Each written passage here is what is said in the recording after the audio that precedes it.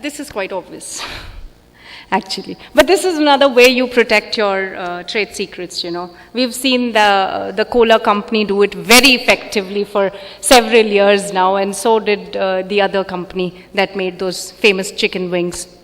In fact, there's an interesting case where I'm sure you would have heard of this mouthwash Listerine, and it also had its composition protected by a trade secret for many number of years, till it so happened that unintentionally it got passed on to the company who was licensing it and paying royalties for it for several years. And the company then decided that it was accidentally leaked in any case, so I will stop paying the royalties back to the creator of Listerine. And the matter went up all the way to the courts. And well, interestingly, the court, and these are courts in the US, they held that yes, whilst the trade secret had been leaked, accidentally so, but there was nothing in the licensing agreement which said that even if the secret is leaked, the royalties will stop being paid. So the court actually held that you will continue to pay royalties.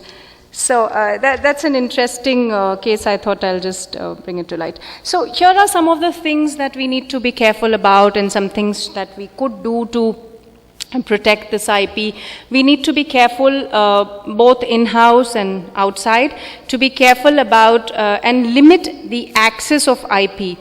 Specifically, the non-registered forms like confidential information, trade secrets, and other forms that are not registered. You need to literally put them under a lock and key, and like some of those companies had done in the previous slide very successfully for years now. And this is actually limiting to the extent that the employees within your company do not have free access to that form of IP.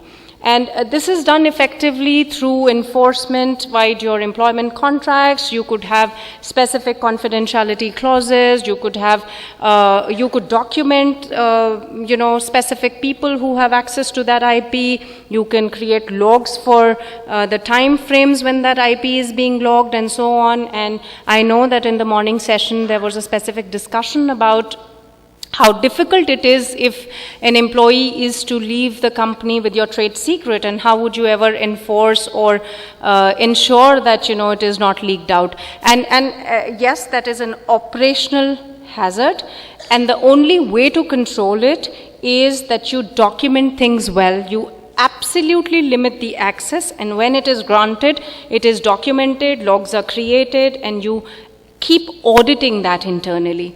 This is also done effectively when you deal with partners through NDAs. You have to be specific. I was recently talking to somebody from a very prestigious law firm in Delhi who himself is a very senior partner in the IP domain, and he was sharing with me an experience where he came across NDA from a client where the whole thing was about, transfer of a technology, and they were beginning to talk about business venture, and the NDA that they intended to sign actually listed out everything to the T in the NDA, because the other party wanted to be sure what the NDA was exactly about. So it was almost like giving away your entire trade secret in the NDA itself. So we were discussing, and he was telling me what his difficulty was, because the client was insisting that what is the problem with it? We need to document in the NDA what is it that we are trying to protect.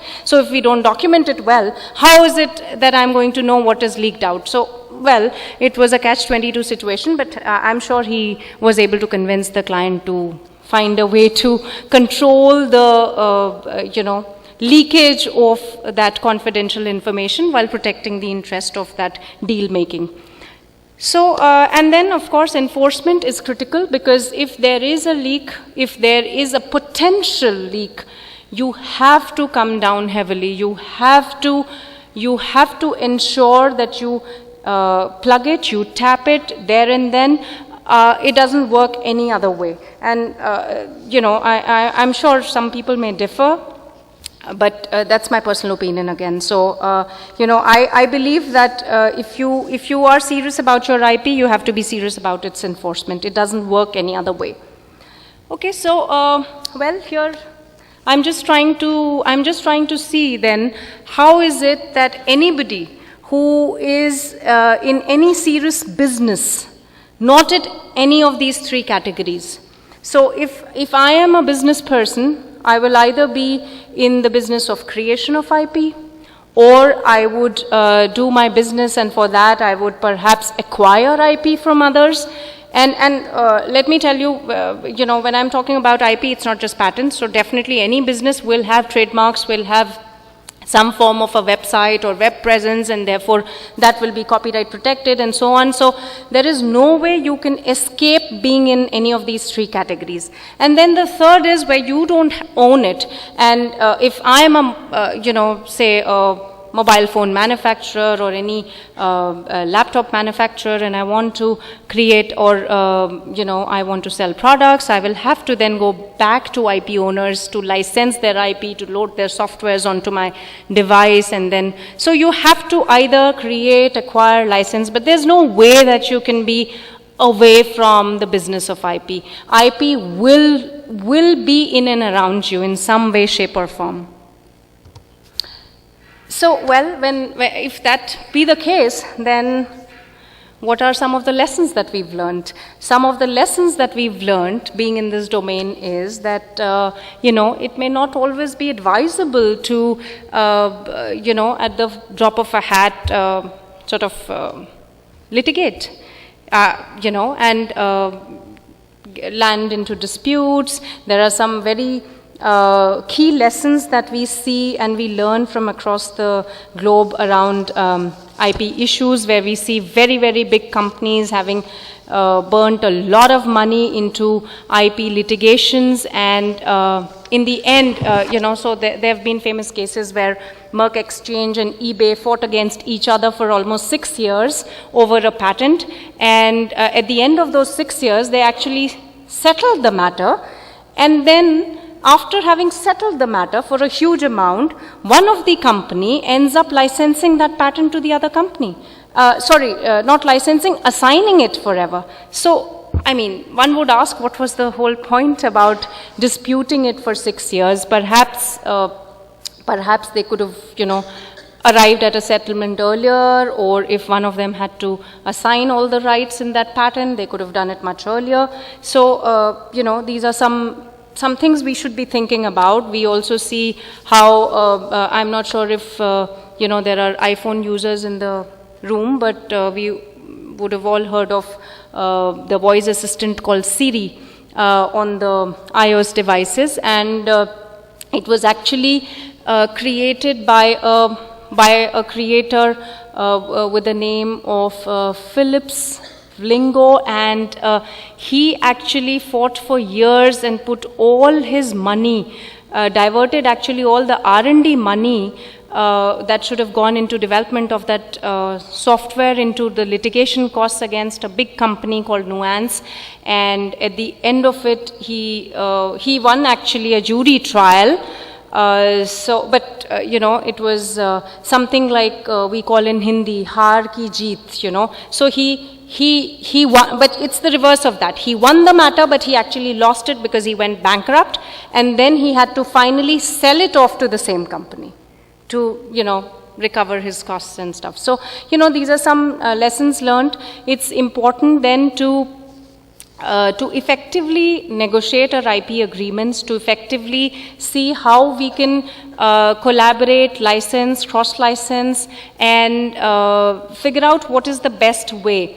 Many times, you have deals where patents are licensed or patents are assigned, and it's not just patents that are assigned, but a lot of other rights are coming with it. So, just like with copyrights, it's not just copyrights that are assigned, but they are related rights. So in IP, there's an important, if you've seen any IP licensing contracts, there's an important phrase we use, related rights.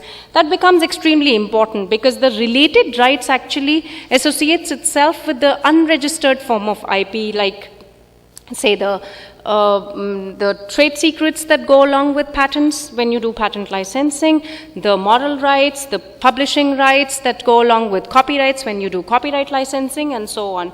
So it may be advisable to actually structure your licensing deals extremely cautiously to not land in any problems at a later point in time. So I'm sort of circling back to what I started with. What is IP, and IP, why is it important to have an, a substantial IP portfolio for anyone intending to do serious business, and how is it that we can have it? And we saw that, IP is all around us. It's in various forms. It's in sound, color, tangible forms, intangible forms. It's actually all over. It's trademarks, trade secrets, trade dress, patents, designs, and so on. It's even geographical indication marks. So the sari that I'm wearing, actually, it is a Pochampalli, and this is a geographical indication mark. It's again a form of IP, So there are various forms of IP that that we talk of, that we deal with, that we come across and encounter in a day-to-day life. And therefore, if IP is so important, you have to have a strong IP portfolio if you have to do any serious business.